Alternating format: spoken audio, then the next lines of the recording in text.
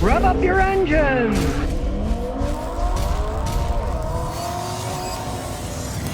Well, Germany's in trouble.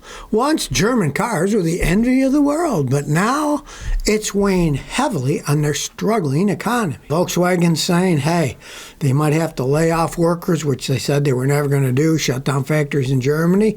Well, kind of time marches on, but the Germans really didn't do such a good job marching on with it. I personally can't understand that. For years, people kept buying Volkswagens. They're over-engineered money pits. They've been that way for decades. Plastic crap that breaks on them.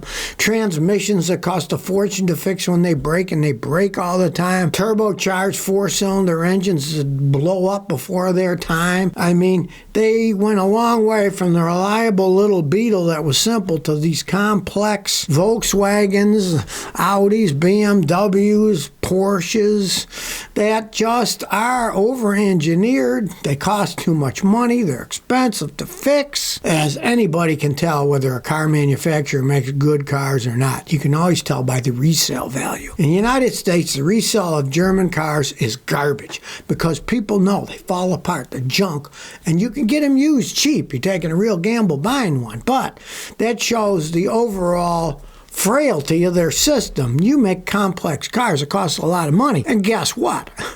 People will stop buying them. German economy is in trouble to begin with, and now their car manufacturing is following along with it. Kind of the opposite of, say, Japan. When I was a kid, everybody said, oh, that cheap Jap crap, look at the junk they make. They'd have toys that were made out of old razor blade boxes that they repainted. If you took them apart, you see the razor blade painted on the inside of the toy, right? But they really made their quality go up, and they pretty much stuck with most of their quality. Well, the Germans have been kind of living by their laurels for a long time. It's kind of like Cadillac, right? When I was young and in the 50s, before my time, it was the thing to have, a Cadillac. Oh, I got a Cadillac. Well, those days are long gone. And now they're just another GM car full of problems. It's not any different than the other cars that they have problems with. It's just a name that really doesn't mean anything anymore. And you'll find the same thing with Mercedes-Benz. I had a customer in Rhode Island, about $140,000 Mercedes. Fancy SUV, right? But it was made in Alabama. And guess what? It was made like crap. He had to take it back to fix things. The mirror didn't work, and they had them on back order, so it couldn't even get it fixed. They said they fixed all the problems, but when I put my scan tool on, it still had a whole bunch of problems. Their quality isn't there anymore, and it's going to catch up to you eventually. You can only fool people so long, then they start to figure out, gee, I'm not going to buy that. I'll get something else. And I've had customers that were doctors and lawyers who bought BMWs, for example. They said it was the worst car I ever had. Something was always breaking, and I'll never buy another one of those things.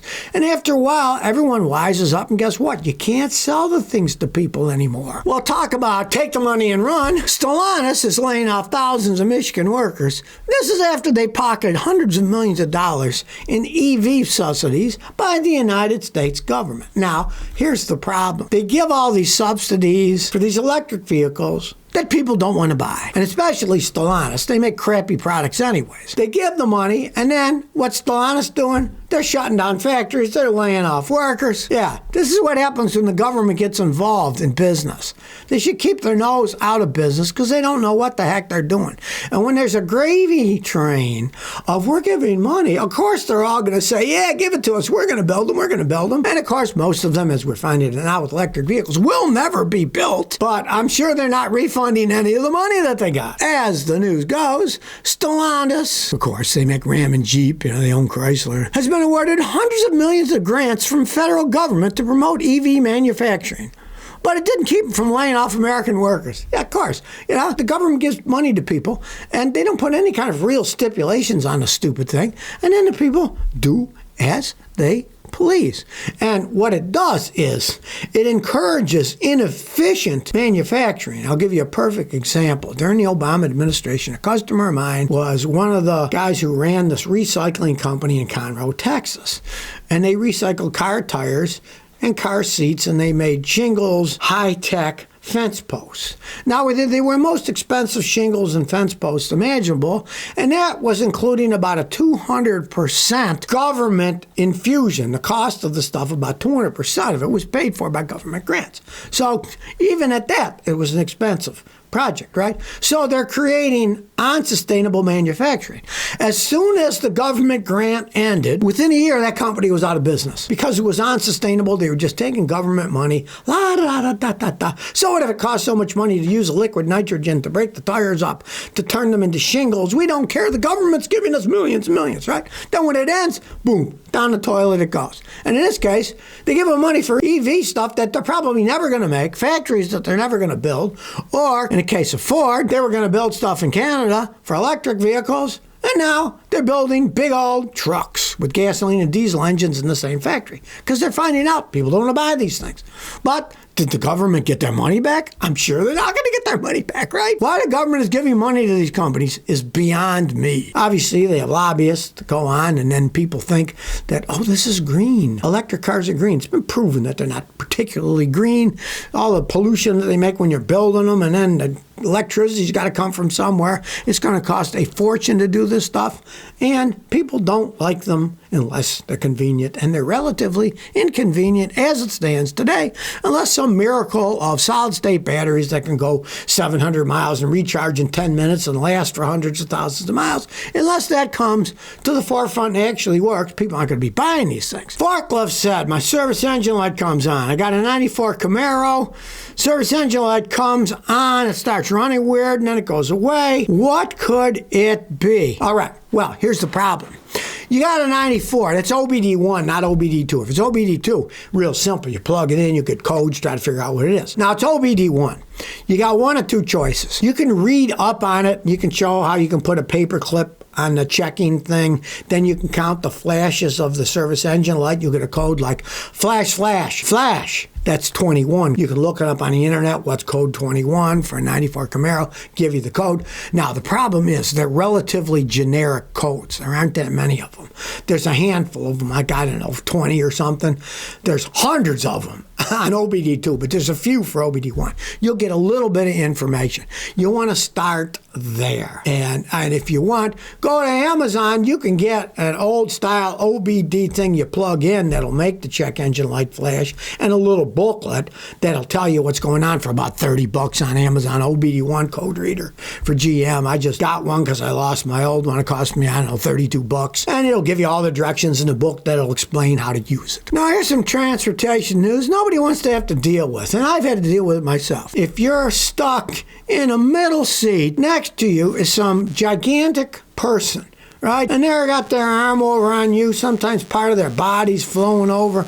Look at this picture here. The old guy's body's going out to the right, and in the aisle, it's even blocking some of the aisle. Everybody says, well, who's to blame for this? Here is American Airlines policy. If a customer needs extra space outside a single seat to travel, another seat is required. We encourage customers to address seating needs when booking. When you call to book reservations, we'll make sure you get 2 adjacent seats. If you didn't book an extra seat, ask an agent to find it. You may be offered a seat in a higher class if that service will provide more space, and you'll be responsible for the fare difference. If accommodations can't be made on your original flight, you can buy seats on a different flight at the same price as your original seats. That's their rules, right? But sometimes they don't follow their own rules. Or, of course, the oversized people cheat, and they get the stuff. They order just one seat. They think, oh, I can fit in.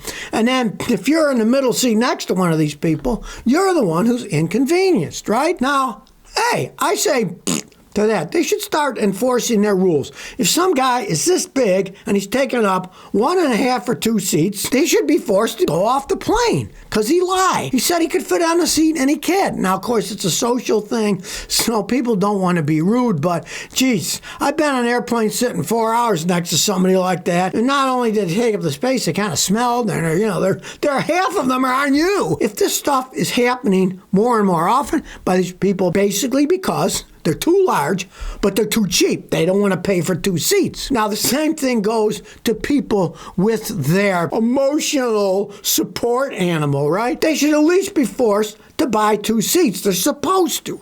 But people will sneak in. Like the overlarge people, they don't want to pay for 2 seats, right? But they'll take up almost 2 seats. The rules, like you see in American Airlines, are explicit. If you're large, you got to buy 2 seats. If you have a 2-year-old kid, you got to buy them a seat. They can't sit on your lap, right? If you're the size of 2 people or 1.5 people, You got to pay for the extra seats. They got it down there. Problem is, they don't enforce it. And then people, of course, take advantage of it. They don't want to pay for 2 seats. Hey, that's your problem. You got that big, you're going to have to pay extra. That's pretty much how it should be. And yeah, when you're stuck next to them, you're thinking, what could I do? But I mean, personally, I think you should complain. Or find out when there's 2 seats where he's going to have to pay for 2 seats. Because their rules even say they're supposed to. But of course, people sneak in, and since they, most people, they buy their tickets online and they kind of lie about it. If you are that big, please buy 2 seats. Myself and other people do not want to be cramped in for 4 or 5 hours on the plane because you decide that you're too cheap to buy 2 seats because you're so big. You're spending too much money buying food, and you don't want to pay it on the tickets because you got too big. So if you never want to miss another one of my new car repair videos, remember to ring that bell.